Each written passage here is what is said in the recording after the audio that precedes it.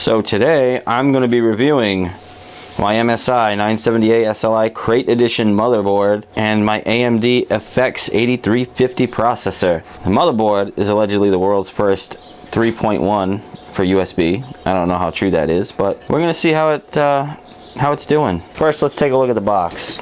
We'll go over some features that this thing comes with. What we have here is USB 3.1. delivering speeds up to 10 gigabytes a second. I have not experienced that, but then again, I have not tested it. It has high quality audio capacitors, which I do not like compared to my really old motherboard. I don't really like the onboard audio with this thing. It seems to be a lot lower for volume compared to the board that I had my Phenom processor in. So I'm not too much of a fan of that. It has OC Genie 4. Live Update 6, which I have already used, and there are no updates, which is good. This is the most updated version of the motherboard. I didn't even have to update the BIOS. It does have M-Flash if you do need to update the BIOS later in the future. And it's got SATA, 6 gigabyte second. SATA 3? Yeah, SATA 3. Military Class 4. Yeah, because the box says so. Multi-GPU support. The one thing this board did not come with is an SLI bridge. No big deal. And it also has front USB 3.0 header connector right on the board. It's actually in a good spot for my case, because my case runs the wire all the way down to the bottom, which is very nice. And it's also got a cool little command center. That's awesome. There's the I/O overview. Let me get this thing to focus. Sorry about my light.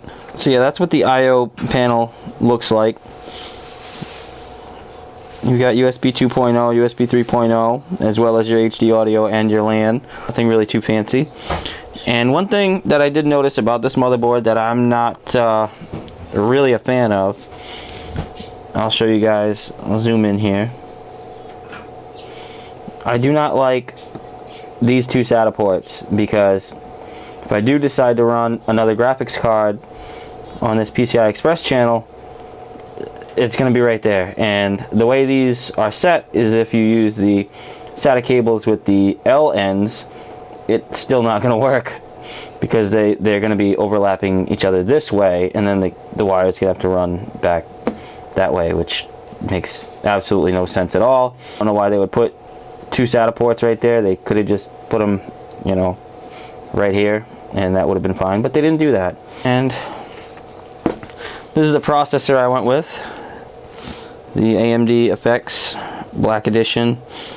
I haven't tried to overclock it. I don't think I'm going to try to overclock it, because it doesn't really seem to need that. It runs fairly well, and we're going to take a look at that in just a second.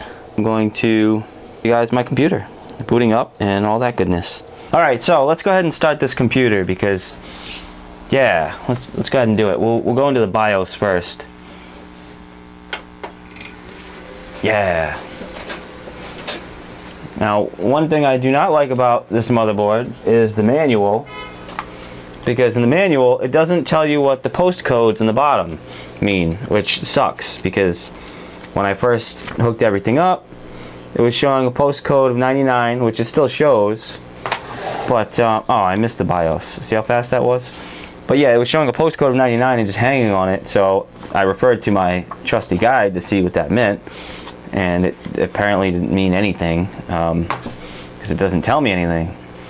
So as you can see, it boots up pretty fast. I'm not using an SSD. I'm using just a, oh, my password is incorrect. I'm not using an SSD. It's just a regular, good old hard drive. And it's good to go right off the bat. It does run cold, which is awesome. I will show you guys in hardware monitor if my lovely fiance would pass me the other camera. You just farted on me. As we can see, we've got 8 cores. They're running pretty well, and as you can see, the temperature is really cold, which is good. It's not under a load right now, so you know that doesn't. Yeah, I said load. Doesn't really matter. Utilization is pretty cool. Yeah, I'm happy with it, aside from the fact that it would hang on 99 while initially installing the OS and everything, but yeah, I'm happy with it. It works fine. It does its job. The cores don't seem to get stressed out in the slightest when doing normal everyday tasks. I do still have an issue with our video card, which tends to want to not work while we're editing videos. It's less present now than it was with the old motherboard. It doesn't happen nearly as often, but it still does happen, and it tends to happen when we're done now, which is better. But I like the way this thing runs. So let me go ahead and show you guys the BIOS real quick. And if you're curious as to the whole setup process of this, you can check out the vlog in which I did that. It'll be linked below in the description so you can see how stressed I was putting this set together. And let's hope I can get into the BIOS now. Alright, now we're in the BIOS, so let me grab you guys. Alright, let me turn the light off, because yeah, that looks better. Yep. There you go. So this is what the BIOS looks like for this board. Nothing too fancy. I don't like that it's in black and white. Other versions of their BIOS are in color. So this was kind of like upsetting to me. But you've got up here your I want to say they're your boot priority. Yeah, that's your boot priority. You've got your settings, your M-Flash for your BIOS.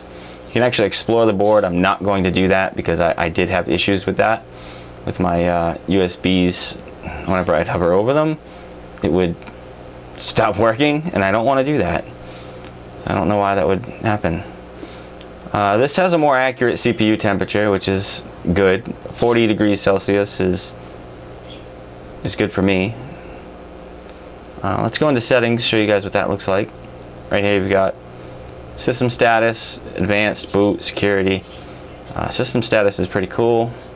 Just your basics. You got your time, your date, your hard drives, all your other goodies. To get back, you hit the settings again.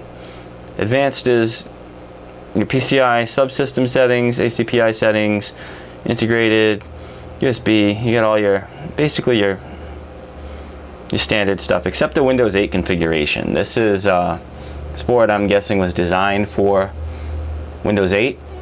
So they have a built-in configuration right in the BIOS. I'm not sure if it works or not because I'm using Windows 10. Let's go back to settings and boot. You get to set your boot priority. There are a ton of boot options, a ridiculous amount of boot options. You don't need this many. I can't imagine a world in which you would need this many, but that's fine.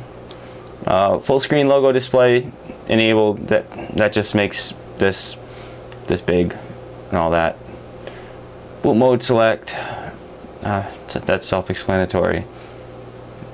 Sets the system boot mode. Here's your overclocking tools. I'm not going to do that because I have no interest in that. It runs just fine the way it is. If I decide to do some serious gaming, I will think about using the overclock tool, but I'm not going to do that now because, like I said, I have no issues with it. But yeah, that's pretty much this board in a nutshell. Thank you guys for watching. If you're interested in this board, I will leave links down below where you can purchase it. And yeah, it's actually a really good board. I do recommend it. My only complaint is that the onboard audio is not loud enough to my liking when I plug headphones in, but that's minimal. That's not a big deal. Yeah, thanks for watching.